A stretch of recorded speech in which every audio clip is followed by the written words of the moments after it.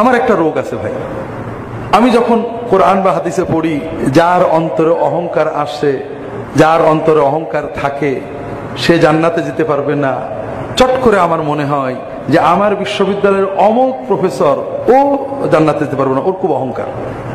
যখন আমি পড়ি যে লোভ থাকলে জান্নাতে যেতে পারবে না বা জান্নাতে যাওয়ার অসুবিধা হবে, তখন আমার চট করে মনে হয় অমুক হুজুর খুব লোভ, ও জান্নাতে যেতে পারবে না, কিন্তু আমিও যে পারবো না এটা আমার কিছুতেই মনে হয় না। আপনাকে আমার কথা বুঝতে পেরেছেন তো? এটা হলো ইমানের ক্যান্সার। সাহাবীদের এই ক্যান্সার ছিল না। সাহাবীরা যখন কোনো হাদিস শুনতেন তখন নিজের গুনার কথা আগে চিন্তা করতেন, পরের কবর নিয়ে কখনো চিন্তা করতেন না। তারা নিজের কবর, নিজের আখিরাত নিয়ে চিন্তা করতেন।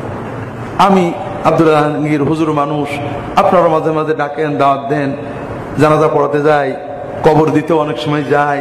যদিও একজন আমাকে বলছে যে ভাই আপনি খুব সুবিধা করেছেন, আপনি দাওয়াত টাওয়াত যান না, এতে সাবঅর্ডিনেট মাওলানাদের দাওয়াত এত বেড়েছে যে তারা সময় দিতে পারছে না।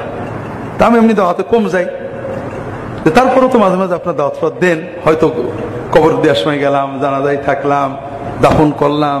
আপনারা কি দেখেছেন কবর দেখে আমার কোনদিন কান্না আসে? কোনোদিন কান্না আসে না। কারণ আমি কবরের আযাবের সব জানি, কিন্তু আমি জানি কবরে আযাব হবে, মন্ত্রী মিনিস্টার আমার বিরুদ্ধে আমাকে যারা রাগ করে অমুক দল, আমার যে কবরে আযাব হবে আমার মনেই হয় না। তা চোখে পানি আসবে কি করে? আমার মনে হয়, আমার মনের অবস্থা এই যে আমি হুজুর মানুষ, আমার জন্য তো জান্নাত কনফার্ম। কবরে আযাব হলে ওদের হবে, আমার কেন হবে? এই জন্য কবর দেখলেও, দাফন করলেও আমার কিন্তু চোখে পানি আসে না। ওসমান রাদিয়াল্লাহু তাআলা আনহু কবর দেখলে বেহাল হয়ে যেতেন, অস্থির হয়ে যেতেন। তার সাথীরা প্রশ্ন করলো, ইয়া আমিরুল মুমিনিন, আপনি কবর দেখলে বেহাল হন কেন?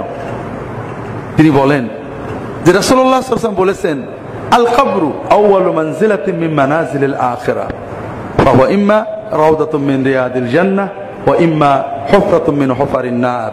কবর হলো আখিরাতের প্রথম স্টেশন, প্রথম ঘাঁটি। কবর হয় জান্নাতের বাগান হবে, নইলে জাহান্নামের গর্ত হবে। ওসমান বলেন যে আমি যখনই কোনো কবর দেখি আমার ভয় হয়, আমিও তো কবরে যাব, আমার কবরটা কি জান্নাতের বাগান হবে না জাহান্নামের গর্ত হবে, এই দুশ্চিন্তায় আমার অস্থির হয়ে যায়।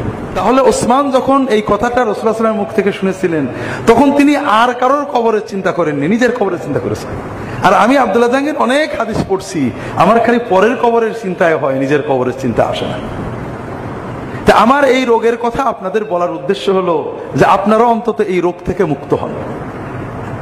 সাহাবীরা দেখেন কি অবস্থা। আমরা কি করি? শুধু পরের সমালোচনা করি। কিছু মানুষ আছে যারা দিন নিয়ে চিন্তা করেন না, আখিরাত নিয়ে চিন্তা করেন না, দুনিয়ায় পাগলের মতো ছুটেছেন, এক সময় মরে যাবেন, সবই পড়ে থাকবে, খালি হাতে চলে যাবেন। তারা এক মিসকিন, তারা পরের জাংলায় পুষে চলে গেলেন।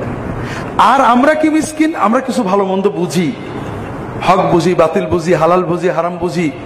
এই পাঁচজন বুঝদার লোক এক জায়গায় হলে ষষ্ঠ একজনের সমালোচনা করি, ও হারাম খায়, ও দেখো কি করেছে, ও এইটা করেছে, ও কি খারাপ। কিন্তু আমি যে কতটুকু খারাপ, আমি আল্লাহর কি করলাম, এটা আমরা নিজে আলোচনাও করি না, চিন্তাও করি না। তো ভাইরা, এই হাদিস বলতে যেই মনে পড়লো যে জীবনটা বড় সংক্ষিপ্ত সময়। যখন যেটা আমরা শুনবো প্রথমেই আমাদের চিন্তা করব যে আমরা কি করতে পারছি। এই দুনিয়া থাকবে, এই মানুষ থাকবে, আগে বা পরে আমরা শুধু নিজেদের আমলটা নিয়ে আল্লাহর কাছে চলে যাব। আল্লাহ তাআলা, আল্লাহর ফেরেশতারা কখনোই আমাদেরকে অন্যের কথা শুনবেন না, আমার কথা শুনবেন। তোমার পাশের বাড়ির লোকে দাড়ি ছোট ছিল, বউ পর্দা করতো না, মেয়েরা ফষ্টি নষ্টি করতো, এই প্রশ্ন আমাকে করবেন না। কাজে এই সমালোচনার দায়িত্ব আমাকে আল্লাহ দেন। হ্যাঁ, দাওয়াতের দায়িত্ব আছে, পারলে দাওয়াত দেন, বলেন। যদি সাহসে না কুলোয় বোবা শয়তান হয়ে যান, দোয়াটা করেন, আল্লাহ আমার পড়শি অমুক ভালো করে দাও। আর গুনার চিন্তা নিজেরটা করতে হবে, যেভাবে এই সাহাবী করছেন।